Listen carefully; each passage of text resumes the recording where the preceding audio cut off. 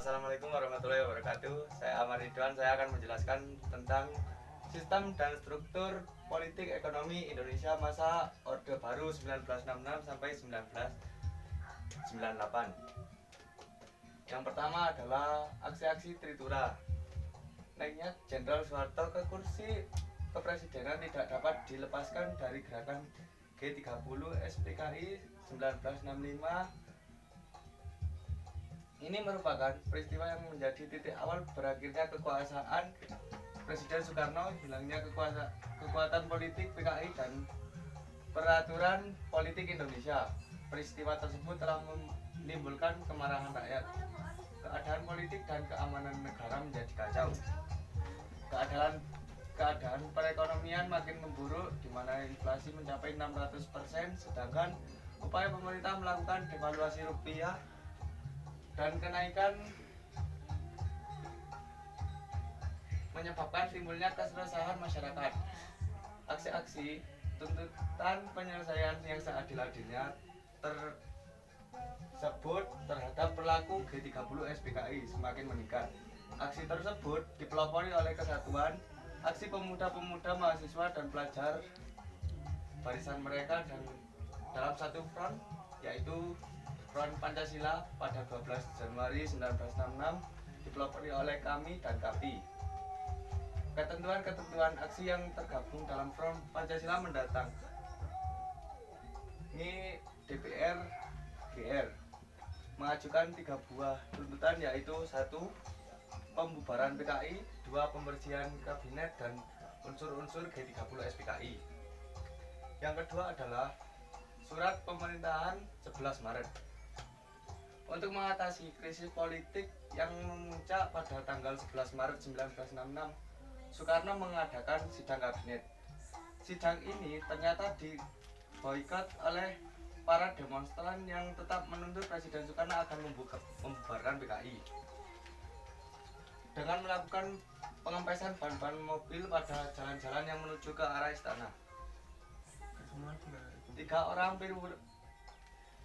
perwira tinggi AD, yaitu Maijen Basuki Rahmat, Brigjen M. Yusuf, dan Brigjen Amir Mahmud yang juga mengikuti sidang Maripurna Kabinet sepakat untuk menyusul Presiden Soekarno ke Bogor. Sebelum berangkat, ketiga perwira tersebut minta izin kepada atasannya, yaitu Soeharto, yang merangkap selaku Panglima Kopkamtib. Ucapan pada waktu itu Letnan Jenderal Soeharto sedang sakit sehingga beristirahat di rumah.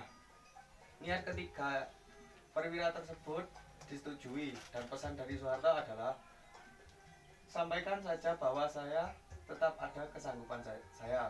Latar belakang ucapan itu adalah sejak pertemuan mereka di Bogor pada tanggal 2 Oktober 1965, setelah meletuskan perombakan G30 SPKI, antara Soekarno dan Legend terjadi perpecahan atau perbedaan pendapat mengenai kunci bagi usaha meredakan pergolakan politik saat itu.